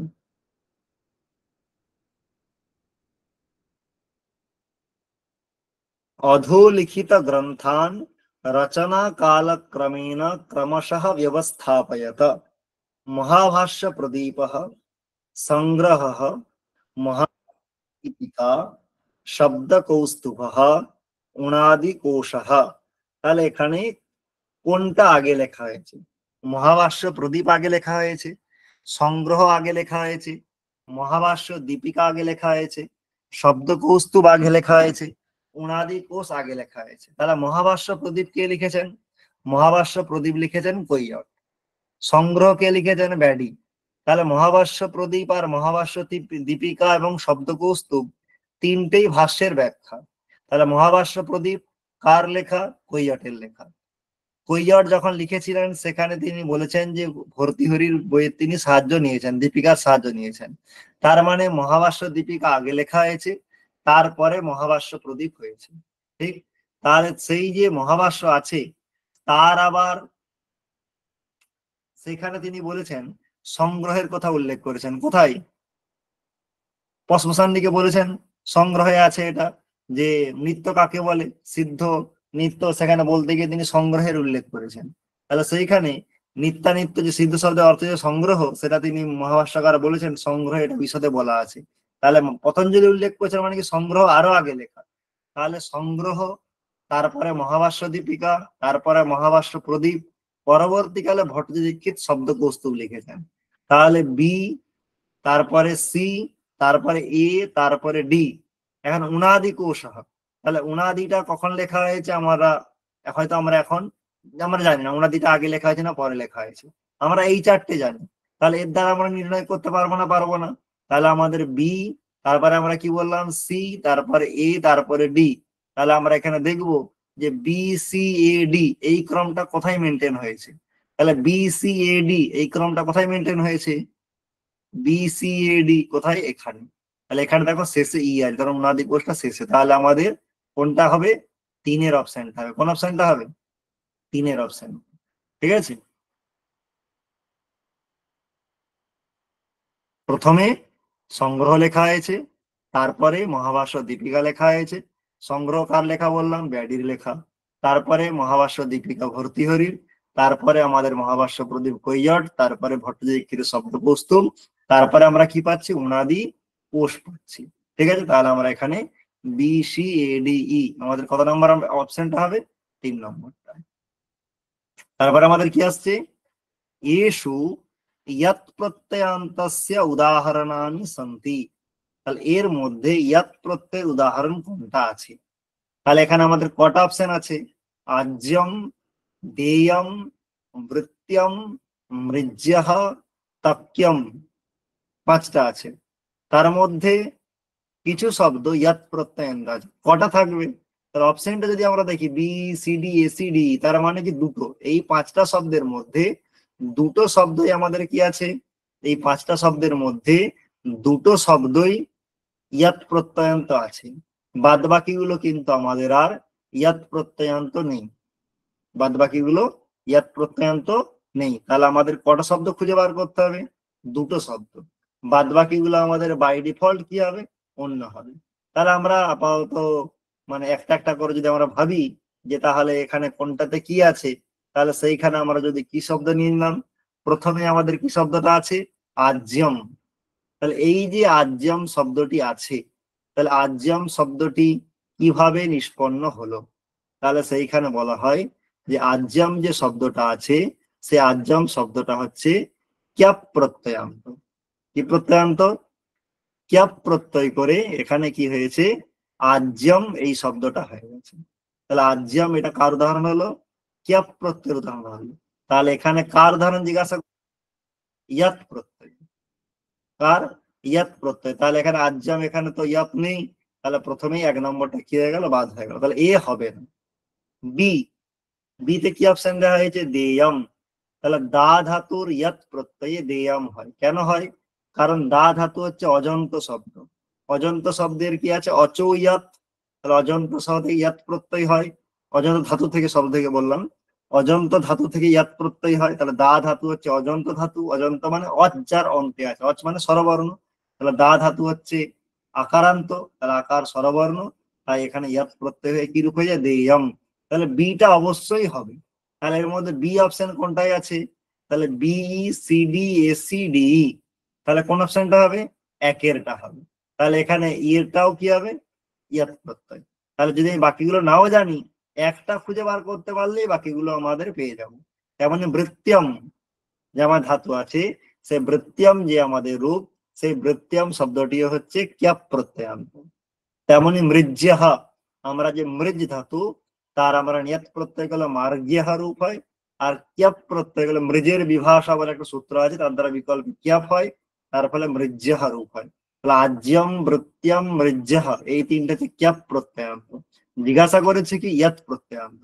তাহলে এর মধ্যে ইয়াত প্রত্যয়ান্ত কোন দুটি আছে, দেয়ম আর তক্যম। তাহলে বি আর ই, তাহলে 1 2 3 4 এর মধ্যে বি কোনটাই আছে, একে। তারপর কোন অপশন সিলেক্ট করব, 1 নম্বর অপশন সিলেক্ট করব। তাহলে এটা আমাদের আছে কৃদন্ত প্রকরণ থেকে। ঠিক, তাহলে এইভাবে আমাদের যে যা প্রশ্ন এসেছিল সেগুলো নিয়ে আমরা একটা চর্চা করলাম। ঠিক আছে, এরপরে যদি তোমাদের কারো কোনো প্রশ্ন থাকে জিজ্ঞাসা করতে পারো।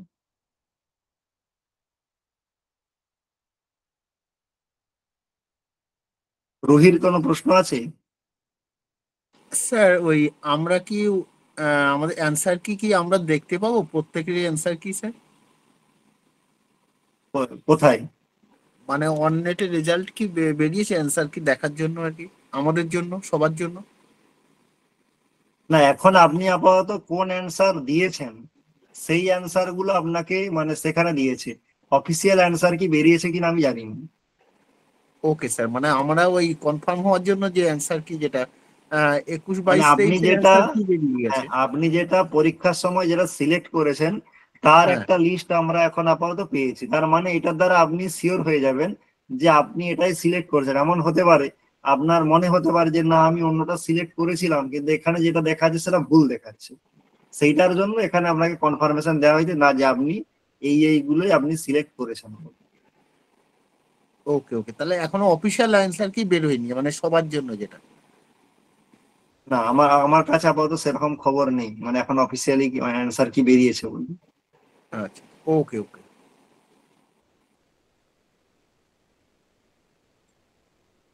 দুর্গার কিছু প্রশ্ন আছে? হ্যাঁ স্যার, বলছি উনাদি কোষ ওটা কার লেখা, আর শব্দকৌস্তব ওই দুটো যদি একটু বলেন। শব্দকৌস্তুভ, আর উনাদি কোষ ওটা কার লেখা, ওই দুটো। শব্দকৌস্তুভ হচ্ছে আমাদের ভট্টজি দীক্ষিতের লেখা। কার লেখা? ভট্টজি দীক্ষিত। হ্যাঁ, ভট্টজি দীক্ষিতের লেখা হচ্ছে আমাদের শব্দকৌস্তুভ। শব্দকৌস্তুভটি হলো আদতে আর কিছু নয়, মানে শব্দকৌস্তুভ হলো মহাভাষ্যের একটি টিকা। কার টিকা? মহাভাষ্যের একটি টিকা। ঠিক আছে, আর এইখানে যে উনাদি কোষটি হলো পরবর্তী একটি মানে বই, যেখানে উনাদি শব্দের যে সমস্ত মানে শব্দ বা উদাহরণ পাওয়া যায় তারই কালেকশন আমরা কোথায় পাই, উনাদি কোষে পাই। ঠিক আছে, ঠিক সেখানে আছে স্যার। উনাদি কোষের এক্সাক্ট রাইটারটা কি আমার ঠিক মাথায় নেই।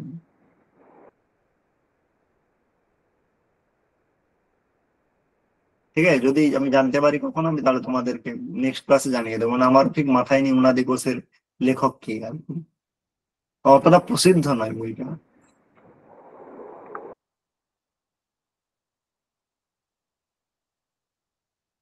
আর কারো কোনো জিজ্ঞাসা?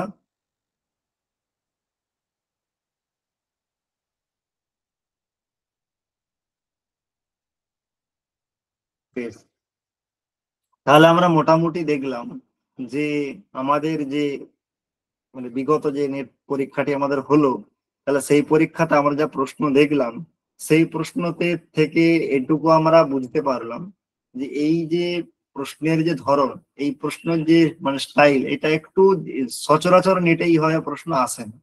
কিন্তু এবারে একটু মানে, কারণ এটা অনেক সময় হয় যে যিনি প্রশ্ন সেট করেন তার উপরে অনেক সময় অনেক কিছু নির্ভর করে। যেমন এইবারে আমাদের ইতিহাস থেকে একটু বেশি প্রশ্ন চলে এসছে, যেমন আরো অনেক গুরুত্বপূর্ণ প্রকরণ ছিল যেগুলো মিসিং আছে।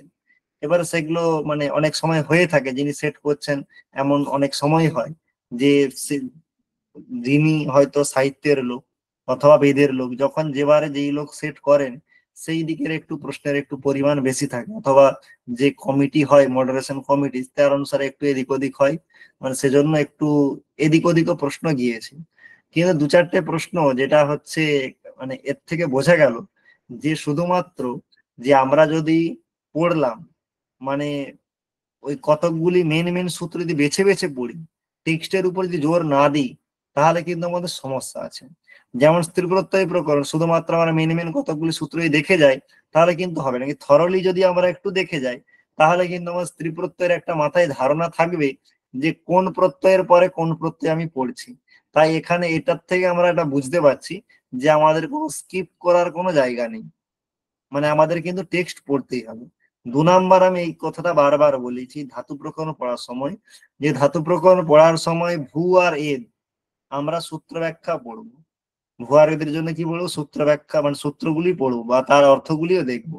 বাদ বাকি ধাতুগুলির জন্য সমস্ত রূপের মুখস্থ করা কিন্তু অনিবার্য। তাহলে সেটা আমরা দেখতে পেলাম যে আমাদের অন্যান্য যে ধাতুগুলি আছে তার থেকে কিন্তু কোনো প্রক্রিয়া থেকে কোনো প্রশ্ন আসেনি, কিন্তু আমাদের কোথা থেকে প্রশ্ন এসছে, আমাদের রূপ থেকে প্রশ্ন এসছে।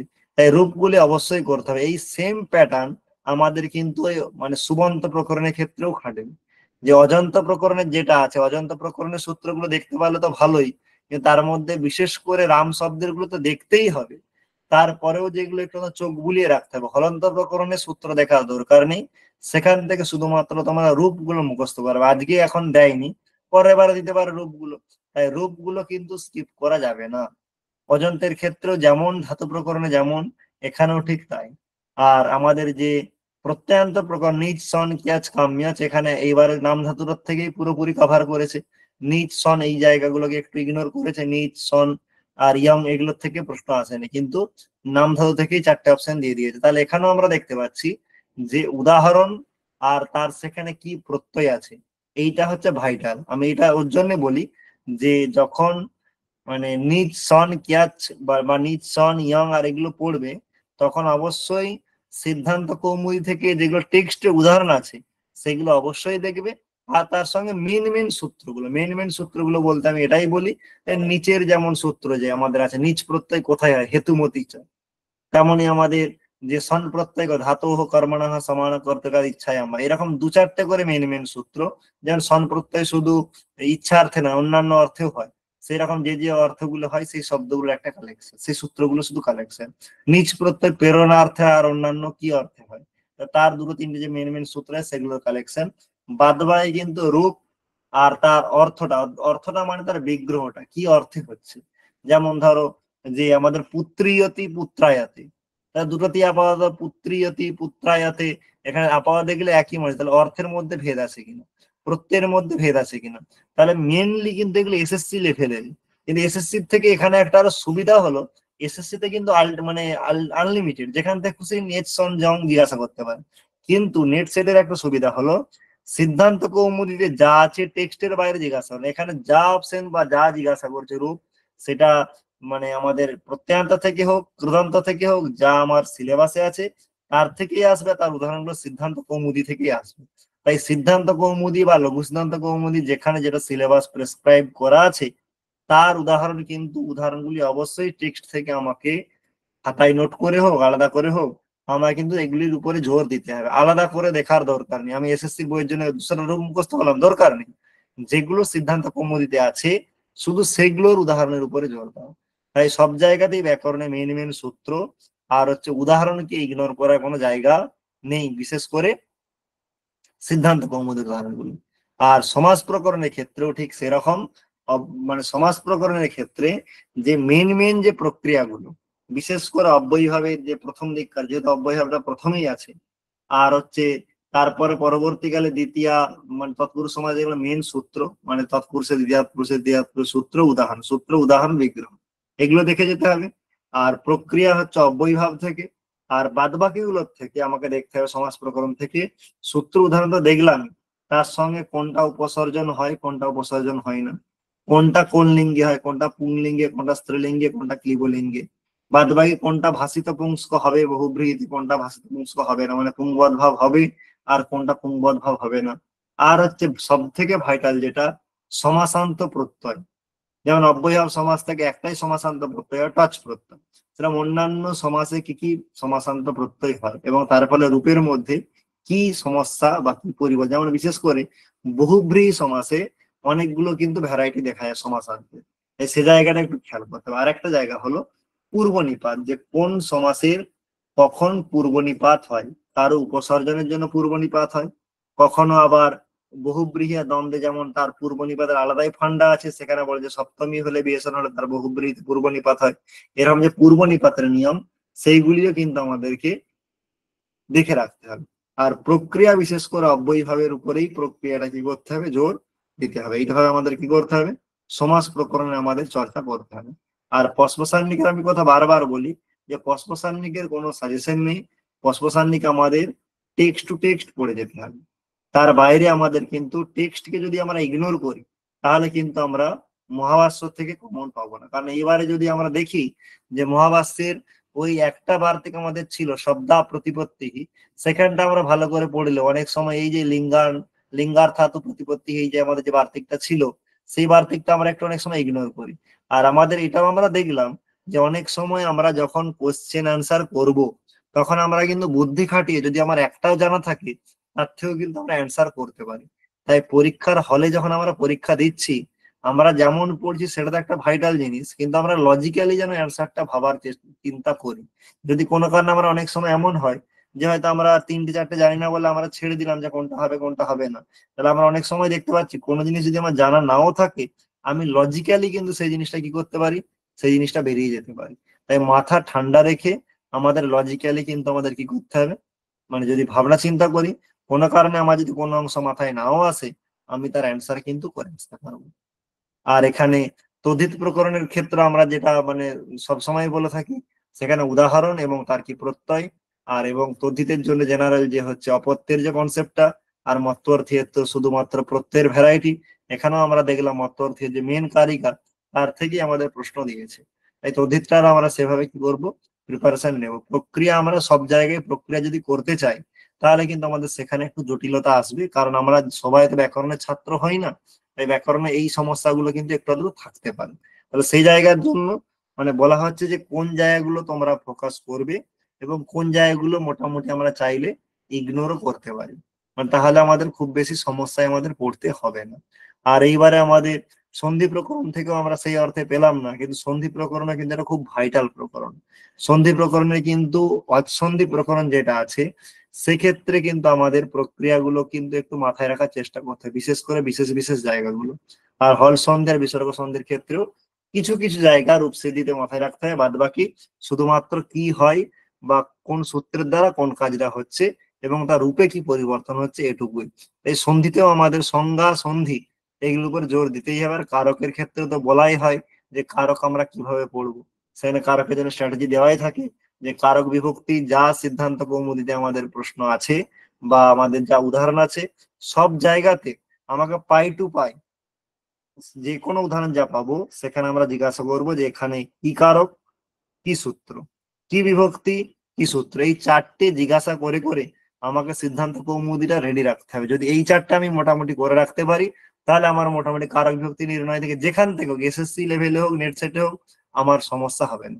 আর দুটো একটা যে টেক্সটার যদি আমরা একটু বাংলাটা দেখে রাখি, টেক্সচুয়াল যদি দুটো একটা প্রশ্ন এদিক ওদিক থেকে আসে, সেগুলো আমরা করতে পারবো, কিন্তু সেটার উপরে বেশি জোর দেওয়ার দরকার নেই, কারণ আমরা টেক্সট বারবার পড়ি, কারক প্রকরণ অনেকবার পড়া হয়েছে। তাই সেই জায়গাটা আমরা কিন্তু চাইলেও এদিক ওদিক একটু করতে পারি। কিন্তু আমাদের যেটা সব থেকে বড় সমস্যা, সচরাচর আমরা বই থেকেও পাবো না, সেটা হচ্ছে আমাদের এই কারক বিভক্তি নির্ণয়, যে কোনটা কি কারক এবং কোনটা কি বিভক্তি। কারণ আমরা জানি যে কারক প্রকরণ আমরা যে কর্মকারকে দ্বিতীয়া এই ধরনের যে কনসেপ্ট, সেগুলোর থেকে আমাদের নেট সেটের লেভেলে একটু বেরিয়ে আসতে হয়। কারণ কর্মকারকে যেমন দ্বিতীয়া হয়, তেমন কর্মকারকে তৃতীয়াও হয়, চতুর্থীয় হয়, পঞ্চমের, তাহলে সেগুলো লিস্ট করে রাখা, যে কোন কারকে কি বিভক্তি হচ্ছে। বিভক্তি দেখে কনফিউজ না হওয়া, যে কোন বিভক্তি দ্বিতীয়া দেখা মানেই যে আমাদের কর্মকারক, তৃতীয়া দেখা মানেই কর্মকারক, চতুর্থী দেখা মানেই সম্প্রদান কারক। এগুলোর থেকে বেরিয়ে আসতে আমি তখনই পারবো যখন আমি মানে পুরো সিদ্ধান্ত কৌমুদীর উদাহরণগুলো আমি এইভাবে লিস্ট করে নেব, তখন দেখতে পাবো যে এরকম নয়, চতুর্থী মানেই কি নয়, সম্প্রদান নয়। আর এটার একটা সুবিধা হলো যে আমার এসএসসি লেভেলে যখন যাই তখন সেখানে কোনো উদাহরণ নির্দিষ্ট থাকে না, আর এখানে কিন্তু উদাহরণ আমাদের এই সিদ্ধান্ত কৌমুদী থেকেই আসে। তাই এটা আমাদের একটা কিন্তু বিরাট বড় সুবিধা। তাই এইটুকু আমাদের কিন্তু পড়তেই হবে, ঠিক। আর বাদ বাকিগুলো যেগুলো তোমাদের আত্মনেপদ পরস্মৈপদ যে অংশটা আছে, সেখান থেকে আমরা সূত্র, উদাহরণ এবং আত্মনেপদের কারণ কি, আত্মনেপদের কারণ কোথাও অকর্মক হওয়ার জন্য হতে পারে, কোথাও উপসর্গ হতে পারে, কোথাও অর্থ বিশেষ হতে পারে। সেখানে অর্থ বিশেষ যেখানেই বলবে, সেখানে সেই সূত্রগুলিতে যে পদগুলি আছে তাদের অর্থগুলি অবশ্যই দেখে রাখতে হবে। যেমন বৃত্তি স্বর্গ তায়নেষু ক্রমঃ, ক্রমধাতুর বৃত্তি অর্থে, স্বর্গ অর্থে, তায়ন অর্থে আত্মনেপদ হয়। তাহলে বৃত্তি মানে কি, স্বর্গ মানে কি, তায়ন মানে কি, যেখানেই অর্থ বিশেষের কথা বলা হচ্ছে সেখানেই সেই শব্দটি তাৎপর্য কি সেটা আমরা সিদ্ধান্ত কৌমুদীর বৃত্তিতেই পাবো। সেটা আমাদের কি করে রাখতে হবে, নোট করে রাখতে হবে। এইটুকুই হচ্ছে আমাদের কোথা থেকে পড়তে হবে, আত্মনেপদ আর পরস্মৈপদ। আর কৃদন্ত প্রকরণের আমাদের খুব বেশি সূত্র নেই, শুধুমাত্র কৃত্য প্রকরণ আছে আর তার সঙ্গে অল্প কিছু প্রত্যয় আছে। তাই সেখানে সূত্র, উদাহরণ এই জায়গাগুলো আমরা দেখে রাখবো। আর তার সঙ্গে সঙ্গে আমাদের যেটা কৃত্য প্রকরণ দেখে রাখতে হবে যে কোন অর্থে হয়। কৃত্য প্রকরণ বা কৃদন্ত প্রকরণ, সেখানে কোন প্রত্যয় কর্তা অর্থে হয়, কোন প্রত্যয় কর্ম অর্থে হয়, মানে যেটাকে বলা বলি কর্তৃ বাচ্চে, কর্ম বাচ্চে, ভাব বাচ্চে, অধিকরণ বাচ্চে, তাই কোন অর্থে হচ্ছে এটাও কিন্তু আমাদের দেখে রাখতে হবে কোথায়, এই কৃদন্ত প্রকরণের জন্য। ঠিক। আর বাক্যপদীর জন্য যে আমরা বাক্যপদীয় পড়তে হয়, তার মধ্যে পুরো বাক্যপদীয় পড়ার দরকার হয় না, বাক্যপদীর কিছু সিলেক্টেড কারিকা থাকে, সেই অংশগুলো যদি আমরা কভার করে যাই তাহলে মোটামুটি আমাদের বাক্যপদীয় থেকেও সমস্যা হওয়ার কথা নয়। আর ইতিহাস যেটা আছে, আমাদের ইতিহাস থেকে এবার অনেকগুলো প্রশ্ন এসছে। ইতিহাসও পড়ার সময় আমরা বারবার বলি যে নামান্তর দেখে রাখতে হবে, তাদের আত্মীয় দেখে রাখতে হবে। আত্মীয় বলতে তার মধ্যে গুরু, শিষ্য, পিতা, মাতা সমস্ত কিছু পড়ে যায়, তাহলে সেগুলো দেখে রাখতে হবে। আর কালটা খুব ভাইটাল, কাল মানে একদম সাল ধরে নয়, কোন আচার্যের আগে কোন আচার্য, এই জিনিসগুলো যদি দেখে যায় তার থেকে যদি এবার আমরা প্রশ্নগুলো দেখি, আমাদের কিন্তু ঠিক সেরকম সেম প্যাটার্নে এইরকম প্রশ্নই কিন্তু এসছে, এর বাইরে কিন্তু অন্য কিছু প্রশ্ন আসেনি। দেশ, কাল, কৃতি এই জিনিসগুলো যদি আমরা ভালো করে দেখি যে আচার্য আমাদের সিলেবাসে আছে, এবং তার সঙ্গে ওনাদের আত্মীয় কি, আত্মীয় মানে ওই গুরু শিষ্য কি, অথবা পিতা মাতা অথবা অন্যান্য কোনো কিছু কুটুম্ব আছে কিনা, তার ডিটেলস যদি আমরা দেখে রাখি, তাহলে ইতিহাস থেকে আমাদের কোনো প্রবলেম হওয়ার কথা নয়। আর পাণিনীয় শিক্ষা তো অবশ্যই, পাণিনীয় শিক্ষা যা আছে তার মাত্র 60টা শ্লোক আছে, তার বাংলা অনুবাদ গুলো যদি মোটামুটি আমরা দেখে যেতে পারি, তাহলে একবার দুবার পড়লেই যেগুলো মেন মেন জিনিস সেগুলো খাতায় নোট করে নেবে, তাহলে সেগুলোর থেকে পড়লে মোটামুটি পাণিনীয় শিক্ষা থেকে কোনো অসুবিধা হবে না। আর পাণিনীয় শিক্ষা যেমন এবারে কারিকা দিয়েছে, যদি আমরা এই বাংলা অর্থগুলো পড়ার সময় যদি নোট করে করে দেখি, তাহলে যখনই আমরা এই অর্থগুলো পড়া আছে বলে যদি কারিকাটা আমার ডিরেক্ট মাথায় নাও থাকে, অর্থ মিলিয়ে দেখতে পারবো যে এই কারিকাটা আমি এখানে পড়েছিলাম বলে। তাই এইভাবে যদি আমরা প্রস্তুতি নিই, তাহলে আমাদের কিন্তু ব্যাকরণ থেকে আমাদের কোনো সমস্যা হওয়ার কথা নয়। আর যেহেতু এটা শাস্ত্র, শাস্ত্রে একটু সময় দিতে হবে, শাস্ত্র কাব্য নয়, শাস্ত্র একটু বোঝার জায়গা থাকে, শাস্ত্র একটু মনন করার জায়গা থাকে, তাহলে সেখানে মনন করতে গেলে একটু তো সময় দিতেই হবে। তাই আমার পক্ষ থেকে এতটাই। এরপরে তোমাদের যদি কারো কোনো প্রকরণ স্পেসিফিক জিজ্ঞাসা থাকে তাহলে তোমরা করতে পারো, না হলে আমরা আমাদের পক্ষ থেকে শেষ করব।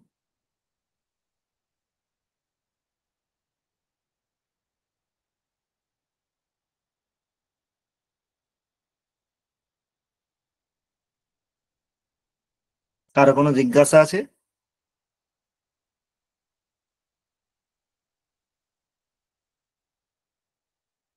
বেশ, ঠিক। ঠিক আছে, তাহলে সকলকে শুভরাত্রি।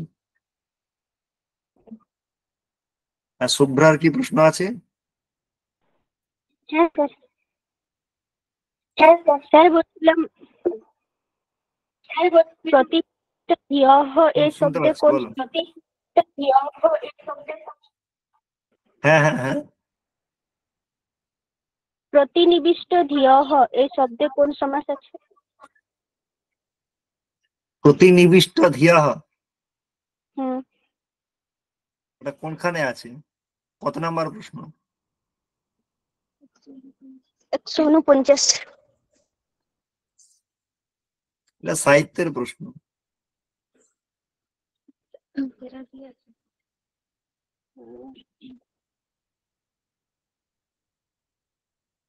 প্রতিনিবিষ্ট ধিয়াহ, এটা টেক্সট থেকে দিয়েছে মনে হয় নাকি?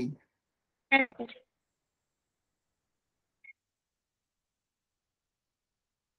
টেক্সট থেকে বলে টেক্সটটা কারণ প্রসঙ্গ অনুসারে সমাস হয়, দেখতে হবে টেক্সট কোথায়। প্রতিনিবিষ্ট ধিয়াহ টেক্সট যেটা দেওয়া আছে সেটা কোথায় আছে, কোনখানটায় আছে তুমি মানে বলতে পারবে?